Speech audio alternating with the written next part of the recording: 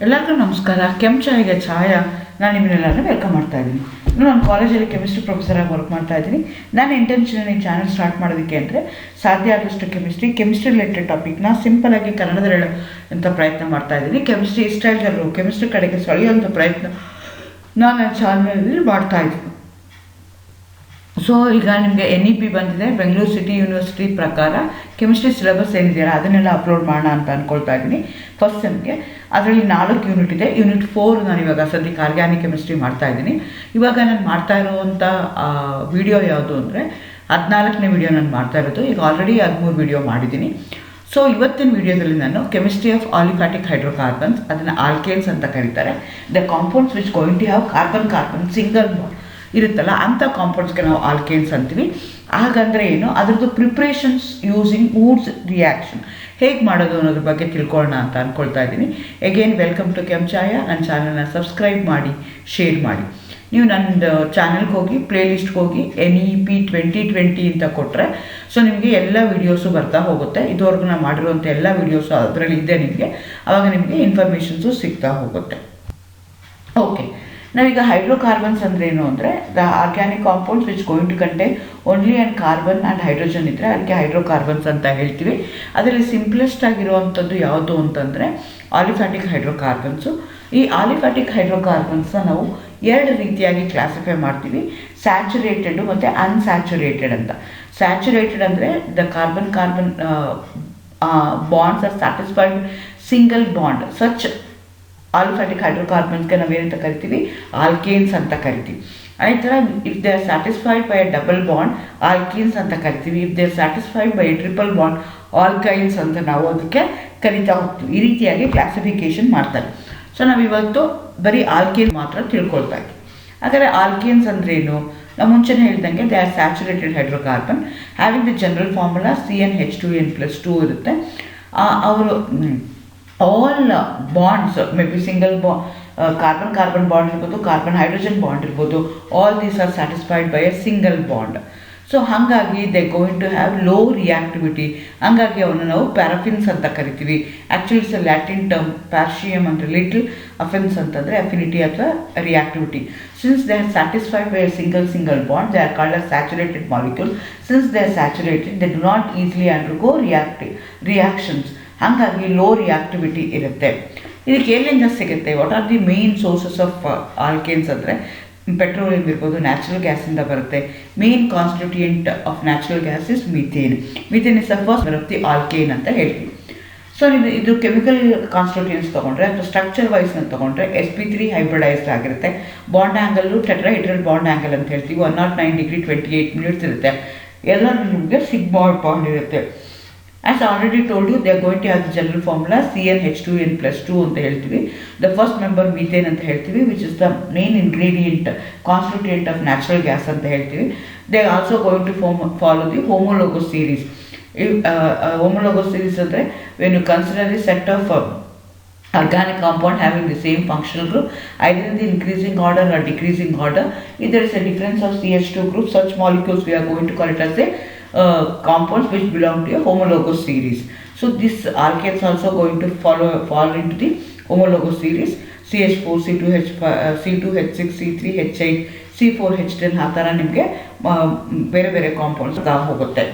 Okay, ಇದು ಎಲ್ಲೆಲ್ಲಿ use ಮಾಡ್ತೀವಿ? ನಾವು ಮುಂಚೆನೇ ಹೇಳ್ದಂಗೆ ಮೀಥೇನ್ ನ್ಯಾಚುರಲ್ ಗ್ಯಾಸಸ್ ಇರುತ್ತೆ, ಈಟಿಂಗ್ ಪರ್ಪಸಲ್ಲಿ ಯೂಸ್ ಮಾಡ್ತೀವಿ. ಅದೇ ಥರ ಮೀಥೇನು ಈಟಿಂಗ್ ಪರ್ಪಸಲ್ಲಿ ಯೂಸ್ ಮಾಡ್ತೀವಿ.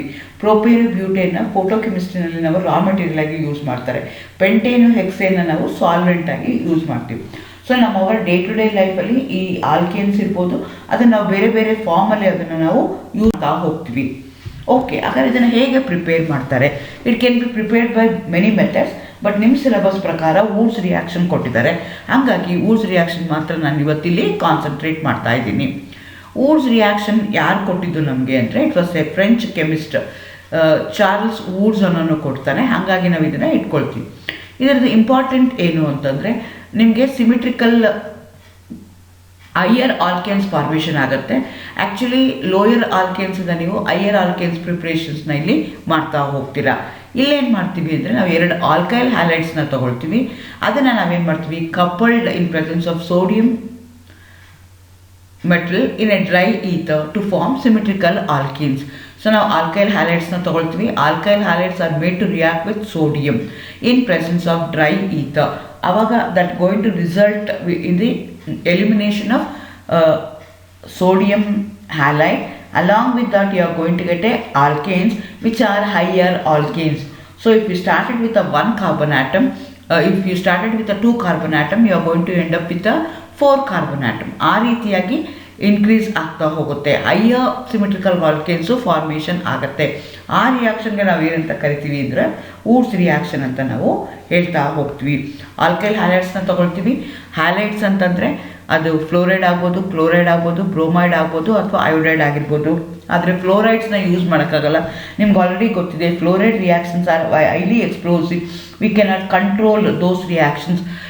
ಇನ್ಸ್ಟಂಟೇನಿಯಸ್ ಆಗಿ ರಿಯಾಕ್ಷನ್ಸ್ ಆಗುತ್ತೆ. ಹಾಗಾಗಿ ನಾವು ಎಕ್ಸೆಪ್ಟ್ ಫ್ಲೋರೈಡ್ಸು ಮಿಕ್ಕಿದ್ದು ಯಾವ್ದಾದ್ರು ತೊಗೋಬೋದು. ಅದು ಕ್ಲೋರೈಡ್ ಆಗಿರ್ಬೋದು, ಬ್ರೋಮೈಡ್ ಆಗಿರ್ಬೋದು, ಅಯೋಡೈಡ್ ಆಗಿರ್ಬೋದು. ಬಟ್ ಅಯೋಡೈಡ್ನ ತೊಗೊಂಡ್ರೆ ರಿಯಾಕ್ಟಿವಿಟಿ ಜಾಸ್ತಿ ಆಗುತ್ತೆ.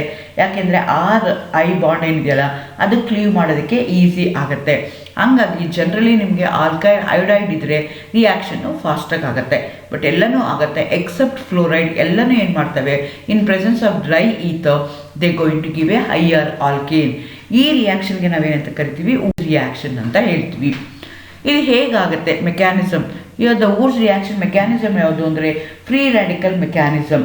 ಸೊ ಆ್ಯಕ್ಚುಲಿ ಮೆಕ್ಯಾನಿಸಮಲ್ಲಿ ನಿಮಗೆ 2 ಥರ ಆಗ್ಬೋದು. ಒಂದು ಹೋಮೋಲಿಟಿಕ್ ಕ್ಲಿವೇಜ್ ಆಗ್ಬೋದು, ಇನ್ನೊಂದು ಹೆಟ್ರೋಲಿಟಿಕ್ ಕ್ಲಿವೇಜ್ ಆಗ್ಬೋದು. ಆದರೆ ಇಲ್ಲೇನಾಗ್ತಾ ಇದೆ ಅಂದರೆ ನಿಮ್ಮದು RX ಏನಿದೆಯಲ್ಲ ಅದು ಹೋಮೋಲಿಟಿಕ್ ಕ್ಲಿವೇಜ್ ಆಗ್ತಾ ಇದೆ. Homolytic cleavage always leads to free radical. ಆ ಫ್ರೀ ರ್ಯಾಡಿಕಲ್ ಏನಾದರೂ ಇತ್ತು ಅಂತಂದರೆ it usually takes place in 3 different step. ಒಂದಕ್ಕೆ ನಾವೇನಂತ ಕರಿತೀವಿ, ಇನಿಷಿಯೇಷನ್ ಸ್ಟೆಪ್ ಅಂತ ಹೇಳ್ತೀವಿ. ಎರಡನೇದಕ್ಕೆ ಪ್ರಾಪಗೇಷನ್ ಸ್ಟೆಪ್ ಅಂತ ಹೇಳ್ತೀವಿ. ಮೂರನೇದಕ್ಕೆ ನಾವೇನಂತ ಕರಿತೀವಿ, ಟರ್ಮಿನೇಷನ್ ಸ್ಟೆಪ್ ಅಂತ ಹೇಳ್ತೀವಿ. ಸೊ ಇಲ್ಲಿ ಆಲ್ಕೈಲ್ ಹ್ಯಾಲೈಡ್ ಏನಾಗುತ್ತೆ, it undergoes homolytic cleavage to give the free radical. Alkyl free radical ಮತ್ತು ಹ್ಯಾಲೈಡ್ ಫ್ರೀ ರ್ಯಾಡಿಕಲ್ಸ್ ಬರ್ತಾ ಇದೆ. We are doing this reaction in presence of a dry ether, dry sodium in ether ಅಂತ ಹೇಳ್ತಾ ಇದ್ವಿ. ಆ dry sodium ಏನು ಮಾಡ್ತಾ ಇದೆ ಅಂದರೆ, since it's A metal it easily gives away the electron. So ತಂದು ಎಲೆಕ್ಟ್ರಾನ್ನ ಕೊಡುತ್ತೆ. ಆ ಎಲೆಕ್ಟ್ರಾನ್ ಏನು ಮಾಡುತ್ತೆ, ಎಕ್ಸ್ ಫ್ರೀ ರ್ಯಾಡಿಕಲ್ಸ್ ಜೊತೆಗೆ ಇಂಟ್ರಾಕ್ಟ್ ಆಗಿ ಎಕ್ಸ್ ಮಾಲಿಕ್ಯೂಲ್ ನಿಮಗೆ ಬರ್ತಾ ಹೋಗುತ್ತೆ. ಅಗೇನ್ ಇದು ನಿಮ್ಗೇನಾಯಿತು, ಪ್ರಾಪಗೇಷನ್ ಆಯಿತು. ಟರ್ಮಿನೇಷನ್ ಅಂದರೆ 2 free radicals, alkyl free radicals, they are going to combine together to form the higher alkyl halide. ಈ ಮೆಕ್ಯಾನಿಸಮ್ ಯಾವುದಿದೆ ಅಂದರೆ it going to follow the free radical mechanism. Free radical mechanism takes place in 3 different step. Initiation, first ಸ್ಟೆಪ್ಪಲ್ಲಿ ಏನಾಗ್ತಾ ಇದೆ, free radical initiate ಆಯಿತು. ಆ free radical ಏನಿತ್ತಲ್ಲ that going to propagate. ಅದೇನಾಗ್ತಾ ಇದೆ, ನಿಮಗೆ ಸೋಡಿಯಮ್ಮು ಮೆಟಲ್ ಇದೆ. All the metals they have a tendency to give away the electron. They are reducing agent. So ಒಂದು ಎಲೆಕ್ಟ್ರಾನ ಕೊಡುತ್ತಾ, ಆ ಎಲೆಕ್ಟ್ರಾನ್ ಏನು ಮಾಡುತ್ತೆ, ಫ್ರೀ ರ್ಯಾಡಿಕಲ್ ತೊಗೊಂಡು ಅದು ನ್ಯೂಟ್ರಲ್ ಮಾಲಿಕ್ಯೂಲ್ ಆಗಿಬಿಡುತ್ತೆ. ನೆಕ್ಸ್ಟ್ ಟರ್ಮಿನೇಷನ್ ಸ್ಟೆಪ್ಪಲ್ಲಿ ಏನಾಗುತ್ತೆ ಅಂದರೆ 2 ಫ್ರೀ ರ್ಯಾಡಿಕಲ್ಸ್ ಏನಿರ್ತಾವಲ್ಲ are they going to combine together to form the higher alkane. Okay, ಇಲ್ಲಿ ನಾವು ಈಥರ್ನ ಯೂಸ್ ಮಾಡ್ತೀವಿ. ಯಾಕೆ ಈಥರ್ನ ಯೂಸ್ ಮಾಡ್ತೀವಿ? ಈಥರ್ ಅಲ್ಲಿ ಏನು ಇಂಪಾರ್ಟೆಂಟ್ ಕಂಡೀಷನ್ ಏನು ಅಂದರೆ ಡ್ರೈ ಈಥರ್ನ ಯೂಸ್ ಮಾಡಬೇಕು. ನೀವು ಡ್ರೈ ಈಥರ್ ಯೂಸ್ ಮಾಡಲಿಲ್ಲ ಅಂತಂದರೆ ಏನಾಗುತ್ತೆ ಅಂದರೆ ಪ್ರಾಬ್ಲಮ್ ಆಗುತ್ತೆ. ಏನಾಗುತ್ತೆ ಅಂದರೆ ಅಕಸ್ಮಾತ್ ಈ ಥರ ಒಳಗಡೆ ಏನಾದರೂ ವಾಟರ್ ಇತ್ತು ಅಂತ ಇಟ್ಕೊಳ್ಳೋಣ. ಆ್ಯಕ್ಚುಲಿ ಈ ಥರ ನಮ್ಗೆ ಗೊತ್ತಿದೆ, ನಾನ್ ಪೋಲಾರು ಅಪ್ರೋಟಿಕ್ ಇನ್ನರ್ಟ್ ಸಾಲ್ವೆಂಟ್ ಅಂತ ಹೇಳ್ತೀವಿ. ಬೈ ಚಾನ್ಸ್ ಏನಾದರೂ ವಾಟರ್ ಇತ್ತು ಅಂದರೆ ಆ ಮಾಯ್ಸ್ ಕಂಡೀಷನಲ್ಲಿ ಈ ಥರ ಏನಾಗುತ್ತೆ, ಹೈಡ್ರೇಟೆಡ್ ಆಗುತ್ತೆ, ಪ್ರೋಟನೇಟೆಡ್ ಆಗುತ್ತೆ. ಪ್ರೋಟನೇಟೆಡ್ ಆದಾಗ ನಮಗೆ ಸೋಡಿಯಮು ಎಲೆಕ್ಟ್ರಾನ್ನ ಕೊಟ್ಟಾಗ it may react with hydrogen. H+ ಜೊತೆಗೆ ರಿಯಾಕ್ಟ್ ಆಗಿ ಹೈಡ್ರೋಜನ್ ಫಾರ್ಮ್ ಮಾಡುತ್ತೆ. ನಿಮಗೆ ಗೊತ್ತು, ಹೈಡ್ರೋಜನ್ ರಿಯಾಕ್ಷನ್ಸ್ ಏನಾದರೂ ಆಯಿತು ಅಂದರೆ ಹೈಲಿ ಎಕ್ಸೋಥರ್ಮಿಕ್ ಇರುತ್ತೆ, ನಾವು ಕಂಟ್ರೋಲ್ ಮಾಡೋಕ್ಕೆ ಆಗೋದೇ ಇಲ್ಲ. ಹಾಗಾಗಿ ಈ ರಿಯಾಕ್ಷನ್ ಮಾಡ್ಬೇಕಾದ್ರೆ you have to be very very careful. ಸೋಡಿಯಂನ ಯೂಸ್ ಮಾಡ್ತಿರ್ತೀವಿ, ಹೈಲಿ ರಿಯಾಕ್ಟಿವ್ ಮೆಟೀರಿಯಲ್. ಹಾಗಾಗಿ ಅದನ್ನು ನಾವು ಕೆರೋಸಿನಲ್ಲಿ ಇಟ್ಟಿರ್ತೀವಿ. So it going to react with a moisture, it going to react with a air. ಹಂಗಾಗಿ ಅದನ್ನು ಕಾಷಿಯಸ್ ಆಗಿ ಕೇರ್ಫುಲ್ಲಾಗಿ ನೀವು ಅದನ್ನು ಹಾಕಬೇಕಾಗತ್ತೆ. ಅಲ್ಲಿ ಗೊತ್ತಿಲ್ಲದಲ್ಲೇ ಏನಾದರೂ ಒಂಚೂರು ವಾಟರ್ ಇತ್ತು ಅಂದರೆ the reaction will become highly explosive due to the formation of hydrogen. ಹಾಗಾಗಿ utter care should be taken in order to dry your operators. Again metal okay sodium ನಿಮ್ಗೆ ಗೊತ್ತು ಹೈಲಿ ರಿಯಾಕ್ಟಿವ್ ಅಂತ, ಅಷ್ಟೆಲ್ಲ ಕಷ್ಟಪಡ್ಕೊಂಡು ಯಾಕೆ ಯೂಸ್ ಮಾಡಬೇಕು, ಬೇರೆ ಯಾವ್ದಾದ್ರು ಮೆಟಲ್ಸ್ ಯೂಸ್ ಮಾಡ್ಬೋದಾ ಅಂದರೆ we can use in place of sodium silver use ಮಾಡ್ಬೋದು, ಜಿಂಕ್ ಯೂಸ್ ಮಾಡ್ಬೋದು, ಐರನ್ ಯೂಸ್ ಮಾಡ್ಬೋದು, ಕಾಪರ್ ಮಾಡ್ಬೋದು. ಬಟ್ ರಿಯಾಕ್ಟಿವಿಟಿ ಕಂಪೇರ್ ಮಾಡಿಕೊಂಡ್ರೆ ಸೋಡಿಯಂಗೆ ನಿಮಗೆ ಜಾಸ್ತಿ ಇರುತ್ತೆ. ಏಕೆ ನನಗೆ ಈ ಥರ ಯೂಸ್ ಮಾಡ್ತೀವಿ ಅಂದರೆ ನಾನು ಡೈಈಥೈಲ್ ಈಥರ್ನ ಯೂಸ್ ಮಾಡ್ತೀನಿ. ಸೊ ಹಾಗಾಗಿ ಆ ಈಥರ್ ಬದಲು ನಾನು ಏನು ಮಾಡ್ಬೋದು ಅಂದರೆ THF ಅಂತ ಹೇಳ್ತಾರೆ, ಟೆಟ್ರಾಹೈಡ್ರೋಫ್ಯೂರಾನ್ ಅಂತ ಹೇಳ್ತಾರೆ. That can be used as a solvent. But actually strictly speaking Wurtz ಏನು ಮಾಡ್ದಲ್ಲ, ಅವನೇನು ಮಾಡ್ದ ಅಂದರೆ ಅವನು ಸೋಡಿಯಮ್ಮು ಇನ್ ಡ್ರೈ ಈಥರ್, ಆ ಡ್ರೈ ಈಥರ್ನ ಸಾಲ್ವೆಂಟಾಗಿ ಯೂಸ್ ಮಾಡ್ದ, ಸೋಡಿಯಂ ಮೆಟಲ್ನ ಯೂಸ್ ಮಾಡಿ ಅವನು ರಿಯಾಕ್ಷನ್ ಮಾಡ್ದ. ಎಕ್ಸಾಮಲ್ಲಿ ಎಕ್ಸ್ಪ್ಲೈನ್ ವೂಡ್ಸ್ ರಿಯಾಕ್ಷನ್ ಅಂದರೆ ನೀವು ಅದನ್ನೇ ಹೇಳಬೇಕು. ಬಟ್ ಬೇರೆ ಬೇರೆ metal can also be use. But Wurtz ಏನು ಹೇಳ್ದ, ಅವನು ಯಾವುದು ರಿಯಾಕ್ಷನ್ನ ಫಾರ್ಮುಲೇಟ್ ಮಾಡ್ದ ಅಂದರೆ ವಿತ್ ಸೋಡಿಯಂ ಅದೇ ಡ್ರೈ ಈಥರ್. ನೀವು ಹಾಗಾಗಿ ಅದು ಬರೀಬೇಕಾಗತ್ತೆ. ಓಕೆ, ನಾನು ಹೇಳಿದೆ ಇಲ್ಲೇನಾಗುತ್ತೆ ಹೈಯರ್ ಆಲ್ಕೇನ್ಸ್ ಫಾರ್ಮೇಷನ್ ಆಗುತ್ತೆ ಅಂತ ಹೇಳಿದೆ. ಹಾಗಾದ್ರೆ ಮೀಥೇನ್ನ ಪ್ರಿಪೇರ್ ಮಾಡ್ಬೋದಾ? Methane cannot be prepared using Wurtz reaction. ಯಾಕೆ ಅಂದರೆ ನಾನು ಆಲ್ರೆಡಿ ಹೇಳ್ದಂಗೆ ನನಗೆ ಎಷ್ಟು ನಂಬರ್ ಆಫ್ ಕಾರ್ಬನ್ ಆಟಮ್ಸ್ ಇರುತ್ತೋ ಅದರದ್ದು ಡಬಲ್ ಆಗುತ್ತೆ. ಸೊ ನಂದು ಇನಿಷಿಯಲ್ ಆಲ್ಕೈಲ್ ಹ್ಯಾಲೈಡಲ್ಲಿ ಇರುವಂಥ ಕಾರ್ಬನ್ ಏನಿದೆಯಲ್ಲ, ಆ ಕಾರ್ಬನ್ನು ಪ್ರಾಡಕ್ಟ್ ಬಂದಾಗ ಅದು ಡಬಲ್ ಆಗಿರುತ್ತೆ. ಆದರೆ ಮೀಥೇನ್ಗೆ ಇರುವಂಥದ್ದು ಒಂದೇ ಒಂದು, ಅದು ಡಬಲ್ ಆದಾಗ ನನಗೆ ಪ್ರಿಪೇರ್ ಮಾಡೋಕ್ಕಾಗಲ್ಲ. That's one of the disadvantages demerits of Woods reaction. Methane cannot be prepared by Woods reaction. Methane single carbon atom ಇದೆ, ಡಬಲ್ ಆಗೋಕ್ಕೆ ಸಾಧ್ಯ ಇಲ್ಲ. ಅದೇ ರೀತಿ ಟರ್ಷರಿ ಆಲ್ಕೈಲ್ ಹ್ಯಾಲೈಡ್ಸ್ ಏನಾದರೂ ಇತ್ತು ಅಂದರೆ even they do not undergo Wurtz reaction because of the steric hindrance. So ನಿಮಗೆ ಯಾವುದೇ ಒಂದು ಮಾಲಿಕ್ಯೂಲ್ನ ತೊಗೊಂಡ್ರೆ if there is no sufficient place for the reactant to react with each other, ಅವಾಗ ಏನಾಗುತ್ತೆ ಅಂತಂದರೆ ನಿಮಗೆ ಯಾವುದೇ ರೀತಿಯಾದಂಥ ರಿಯಾಕ್ಷನ್ ಆಗೋದಿಲ್ಲ. ಇಲ್ಲಿ ಏನಾಗುತ್ತೆ ಅಂದರೆ ಸೋಡಿಯಂ ಇಲ್ಲಿ instead of acting as a metal it going to act as a base, strong base ಇರೋದಕ್ಕೋಸ್ಕರ ಡಿಹೈಡ್ರೋ ಹ್ಯಾಲೋಜನೇಷನ್ ಆಗಿಬಿಟ್ಟು ನಿಮಗೆ NaBr ಹೊರಗಡೆ ಬಂದ್ಬಿಟ್ಟು ನಿಮಗೆ ಆಲ್ಕೀನ್ ಫಾರ್ಮೇಷನ್ ಆಗುತ್ತೆ. ಹಾಗಾಗಿ methane cannot be prepared and also we cannot use di alkyl halides as in a halide in case of Woods reaction. Those are the two disadvantages of using Woods reaction for the preparation of alkanes. ಏಕೆ ನಾನು ಮುಂಚೆನೇ ಹೇಳಿದೆ alkyl fluorides ನಾವು use ಮಾಡಬಾರ್ದು ಅಂತ ಹೇಳ್ತಾರೆ, ಮಾಡೋಕ್ಕಾಗಲ್ಲ. Halides ಅಂತಂದರೆ ಅದು ಕ್ಲೋರೈಡ್ ಆಗಿರ್ಬೋದು, ಬ್ರೋಮೈಡ್ ಆಗಿರ್ಬೋದು, ಇಲ್ಲಾಂದರೆ ಫ್ಲೋರೈಡ್ ಆಗಿರ್ಬೋದು. ಸಾರಿ, ಕ್ಲೋರೈಡು, ಬ್ರೋಮೈಡು, ಅಯೋಡೈಡ್ ಆಗಿರುತ್ತೆ, ಬಟ್ ನಾಟ್ ದಿ ಫ್ಲೋರೈಡ್. ಯಾಕೆ ಅಂತ ನಾನು ಮುಂಚೆನೇ ಹೇಳ್ದಂಗೆ CF ಬಾಂಡ್ ಏನಿದೆಯಲ್ಲ ತುಂಬ ಸ್ಟ್ರಾಂಗ್ ಇದೆ. ಆ bond dissociation energy, bond cleavage energy ಏನಿದೆಯಲ್ಲ, ಬಾಂಡ್ ಎನರ್ಜಿ ಏನಿದೆಯಲ್ಲ, ಅದು 456 kJ/mol ಇದೆ.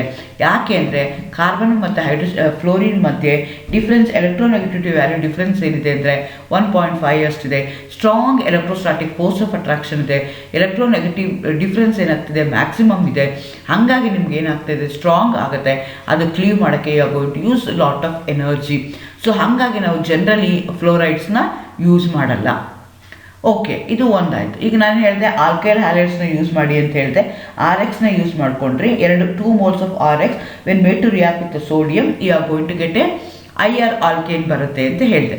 ಓಕೆ, ಈಗ ನಾನೇನು ಮಾಡೋಣ, instead of taking same alkyl halide ಬೇರೆ ಬೇರೆ ಆಲ್ಕೈಲ್ ಹ್ಯಾಲೈಡ್ಸ್ ತೊಗೊಂಡ್ರೆ ಏನಾಗುತ್ತೆ ಅಂತ ನೋಡೋಣ. ಈಗ ನಾನು ಒಂದು ಕೇಸಲ್ಲಿ ಈಗ ಎಕ್ಸಾಂಪಲ್ ನೋಡಿ, ಒಂದು ಕೇಸಲ್ಲಿ ಏನಾಗ್ತಾ ಇದೆ CH3Br ತೊಗೊಂಡಿದ್ದೀನಿ, ಇನ್ನೊಂದು ಕೇಸಲ್ಲಿ C2H5Br ತೊಗೊಂಡಿದ್ದೀನಿ. ಸೇಮ್ ರಿಯಾಕ್ಷನ್ ಡ್ರೈ ಈಥರೇ ತೊಗೊಳ್ತಾ ಇದ್ದೀನಿ. ಇನ್ ಪ್ರೆಸೆನ್ಸ್ ಆಫ್ ಸೋಡಿಯಂ ಮಾಡ್ತಾ ಇದ್ದೀನಿ. ಇಲ್ಲೇನಾಗುತ್ತೆ ಅಂದರೆ you are going to get a mixtures of alkanes ಬರ್ತಾ ಹೋಗುತ್ತೆ. ಆ್ಯಂಡ್ ಇವನ್ನೆಲ್ಲ ಸಪ್ರೇಟ್ ಮಾಡೋಕ್ಕೆ ಇಲ್ಲೇನಾಗ್ತಾ ಇದೆ ನಿಮಗೆ 2 CH3 ಗ್ರೂಪು ಕಂಬೈನ್ ಆಗ್ಬೋದು, ಅಥವಾ 2 C2H5 ಗ್ರೂಪು ಕಂಬೈನ್ ಆಗ್ಬೋದು, ಅಥವಾ ಒಂದು CH3 ಗ್ರೂಪು ಇನ್ನೊಂದು C2H5 ಗ್ರೂಪು ಕಂಬೈನ್ ಆಗ್ಬೋದು with respect to their mechanism. ನಮ್ಮ ಮೆಕ್ಯಾನಿಸಮ್ ಏನು ಹೇಳಿದೆ, 3 ಸ್ಟೆಪ್ಪು. ಫಸ್ಟ್ ಸ್ಟೆಪ್ಪಲ್ಲಿ ಏನಾಗುತ್ತೆ ಕ್ಲೀವೇಜ್ ಆಗುತ್ತೆ. ಸೆಕೆಂಡ್ ಸ್ಟೆಪ್ಪಲ್ಲಿ ಏನು ಮಾಡುತ್ತೆ ಸೋಡಿಯಂ ಜೊತೆಗೆ ರಿಯಾಕ್ಟ್ ಆಗ್ತವೆ. ಥರ್ಡ್ ಸ್ಟೆಪ್ಪಲ್ಲಿ ಏನಾಗುತ್ತೆ ಅಂದರೆ ಪ್ರಾಪಗೇಷನ್ ಟರ್ಮಿನೇಷನ್ ಆಗುತ್ತೆ. ಟರ್ಮಿನೇಷನ್ ಹೆಂಗಾಗುತ್ತೆ, 2 ಫ್ರೀ ರ್ಯಾಡಿಕಲ್ಲು ಕಂಬೈನ್ ಆಗುತ್ತೆ. ಆ 2 ಫ್ರೀ ರ್ಯಾಡಿಕಲ್ಲು CH3 ಇತ್ತು ಅಂತಂದರೆ ನಿಮಗೆ CH3 ಬರುತ್ತೆ. ಅದೇ ಥರ ಅದು ಏನೋ C2H5 ಇದ್ದರೆ C2H5 ಬಾಂಡ್ ಆಗುತ್ತೆ. ಒಂದು CH3 ಇನ್ನೊಂದು C2H5 ಆದಾಗ ಮಿಕ್ಸ್ಚರ್ ಬರುತ್ತೆ. So you are going to get 3 different mixture. ಇದನ್ನು ಸಪ್ರೇಟ್ ಮಾಡೋದು ತುಂಬ ಕಷ್ಟ ಆಗುತ್ತೆ because almost all these molecules they going they going to boil at the same temperature. Boiling point same ಇರೋದಕ್ಕೋಸ್ಕರ ಅವನ್ನ ಸಪ್ರೇಟ್ ಮಾಡಿ ಕಷ್ಟ ಆಗುತ್ತೆ. ಓಕೆ, ಊಡ್ಸ್ ರಿಯಾಕ್ಷನ್ ಅಂದ್ರೇನು? When 2 moles of alkyl halide when made to react with the sodium in presence of a dry ether, you are going to get a higher alkanes. This reaction we are going to call it as a Woods reaction. Woods reaction ದು advantages ಏನು, merits ಏನು ಅಂದರೆ suitable for the preparation of symmetrical alkanes. Symmetrical alkanes ಅಂದರೆ ನಾನು ಯಾವುದೋ ಒಂದು plane, imaginary place, ಈ ಪ್ಲೇನ್ನ use ಮಾಡಿಕೊಂಡು ನಿಮ್ಮ ಮಾಲಿಕ್ಯೂಲ್ನ 2 ಭಾಗ ಆಗಿ ಕನ್ವರ್ಟ್ ಮಾಡ್ತೀನಿ. ಅದಕ್ಕೆ ನಾವೇನಂತ ಕರಿತೀವಿ? ವೂಡ್ಸ್ ರಿಯಾಕ್ಷನ್ ಅಂತ ಹೇಳ್ತೀವಿ. ಇಲ್ಲಿ ಏನಾಗ್ತಾ ಇದೆ ಅಂದರೆ ಇದರಲ್ಲಿ ಏನಾಗುತ್ತೆ ಅಂದರೆ ಸಿಮಿಟ್ರಿಕಲ್ ಆಲ್ಕೇನ್ ಬರುತ್ತೆ. If you start with 2 carbon atom, you are going to end up with 4 carbon atom. If you start with 3 carbon atom, you are going to end with 6 carbon atom. ಯಾವಾಗೂ ನಿಮ್ಗೆ ಏನಾಗುತ್ತೆ ಅಂದರೆ even number carbon ಆಟಮ್ಸೇ ಬರುತ್ತೆ. Odd number carbon atom ಇದರಲ್ಲಿ prepare ಮಾಡೋದಕ್ಕೆ ನಿಮಗೆ ಕಷ್ಟ ಆಗುತ್ತೆ. ಇಲ್ಲೇನಾಗ್ತಿದೆ, ಎನ್ನಿಂದ ಸ್ಟಾರ್ಟ್ ಮಾಡಿದ್ರಿಂದ ನೀವು 2n ಬರ್ತಾ ಹೋಗುತ್ತೆ. ಈ ಸೀರೀಸ್ ಈ ಥರ ಇದ್ದರೆ ಅದಕ್ಕೆ ನಾವೇನಂತ ಕರಿತೀವಿ? ಅಸೆಂಡಿಂಗ್ ಸೀರೀಸ್ ಅಂತ ಹೇಳ್ತೀವಿ. ಯಾವುದಕ್ಕೆ ಅಸೆಂಡಿಂಗ್ ಸೀರೀಸ್ ಹೇಳ್ತೀವಿ ಅಂದರೆ ಕಡಿಮೆಯಿಂದ ಜಾಸ್ತಿ number of carbon atom increase ಆಗ್ತಾ ಇದ್ರೆ ಅಸೆಂಡಿಂಗ್ ಸೀರೀಸ್ ಅಂತ ಹೇಳ್ತೀವಿ. ಹಾಗಾಗಿ Wurtz reactions an example for the ascending series ಅಂತ ಹೇಳ್ಬೋದು. ಅಗೇನ್ ಡಿಮೆರಿಟ್ಸ್ ಏನು ಅಂತ ನಾನು ಮುಂಚೆನೇ ಹೇಳ್ದಂಗೆ, methane cannot be prepared, unsymmetrical alkanes cannot be prepared, with the odd number cannot be prepared. So these are the disadvantages of Woods reaction. Woods reaction is a better method for the preparation of symmetrical alkanes with the even number, with the multiples of 2 or even number of carbon atom, but odd number agala, unsymmetrical agala, methane cannot be prepared. These are the advantages and disadvantages of Woods reaction. Therefore, you have to remember and you are going to reproduce this in the examination. Remember, carbon has only 4 bonds. Again, as already told you, these hydrocarbons are main constituent of the natural gas. Hangagi, we should not just consume hydrocarbon fuel but use it to develop a nuclear power and a renewable energy sources, which is a need of an hour. So there is ಏನಾಗ್ತದೆ, ನಮ್ಮದು fossil fuels ಅಂತ ಏನು ಕರಿತೀವಿ, hydrocarbon fuels ಅಂತ ಏನು ಕರಿತೀವಿ, ಅದು ನಾವು ತುಂಬ ಜಾಸ್ತಿ ಯೂಸ್ ಮಾಡಿ, ಪೆಟ್ರೋಲ್ ಇರ್ಬೋದು, ಪೆಟ್ರೋಲಿಯಂ ಪ್ರಾಡಕ್ಟ್ನ ಜಾಸ್ತಿ ಯೂಸ್ ಮಾಡಿಬಿಟ್ಟು ನಾವೇನು ಮಾಡ್ತಾ ಇದ್ದೀವಿ ಅಂತಂದರೆ ಅದನ್ನೆಲ್ಲ ನಾವು ಮ್ಯಾಕ್ಸಿಮಮ್ ಕನ್ಸ್ಯೂಮ್ ಮಾಡ್ಕೊಂಡ್ಬಿಟ್ಟಿದ್ವಿ. ಸೊ ಅದಕ್ಕೆ ಆಲ್ಟರ್ನೇಟಿವ್ ಆಗಿ ಏನು ಇದೆ ಅಂತ ನಾವು ವರ್ಕ್ ಮಾಡಬೇಕಾಗತ್ತೆ. ಅಂಥದಕ್ಕೆ ನಾವೇನಂತ ಕರಿತೀವಿ? ರಿನ್ಯೂಯಬಲ್ ಎನರ್ಜಿ ಸೋರ್ಸಸ್ ಅಂತ ಹೇಳ್ತೀವಿ. So all the best. Thank you.